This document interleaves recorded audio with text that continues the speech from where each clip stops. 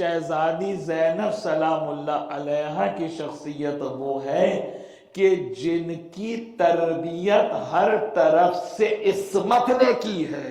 یعنی سب سے پہلے تو رسول اللہ موجود ہیں جب بیوی کی ولادت ہوئی، مولا علی موجود ہیں، شہزادی فاطمہ زہرا موجود ہیں، سرکار حسن موجود ہیں، سرکار حسین موجود ہیں، سرکار زین العابدین موجود ہیں.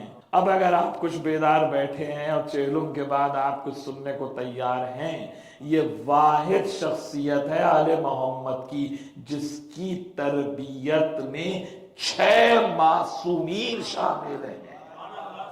کوئی اور دوسری شخصیت آل محمد کی آپ کو نہیں ملے گی جس نے 6 معصومین کا زمانہ دیکھا ہو. یہ شرف صرف اور شہزادی زینب سلام اللہ علیہا کے پاس کہ جسے آدم کو اپنے علم میں دیکھنا ہو، وَإِلَى نُوحٍ فِي فَهْمِهِ جسے نوح کی فہم و فراست دیکھنا ہو. ابراہیم کو حلیم کہا ہے نا قرآن نے کہ جو پیشنس حضرت ابراہیم کے اندر تھا، اگر ابراہیم کا پیشنس دیکھنا ہے تو علی بن ابی طالب کو دیکھو. اگر عیسیٰ علیہ السلام اور موسیٰ علیہ السلام کو دیکھنا ہے، اِلَى مُوسَىٰ فِي مناجاتِ کیوں؟ کیونکہ اللہ سے کلام کیا حضرت موسیٰ نے. تو اگر حضرت موسیٰ کے کمالات کو دیکھنا ہے تو فَلْيَنْظُرْ إِلَىٰ عَلِي بن ابی طالب، تو علی بن ابی طالب کو دیکھو.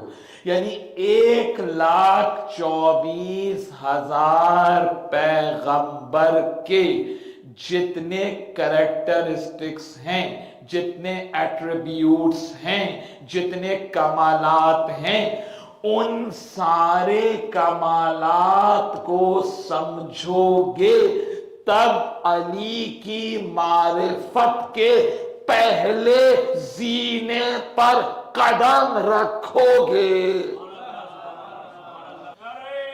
کچھ بات پہنچ رہی ہے یا نہیں ہوگا؟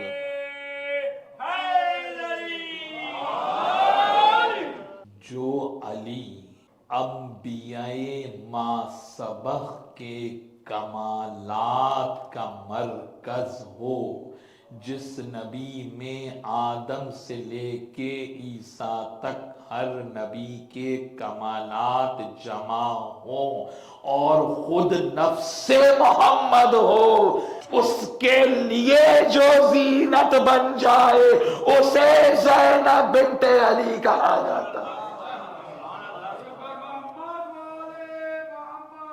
اللہم صلی علی. کچھ بات واضح ہو رہی ہے یا نہیں؟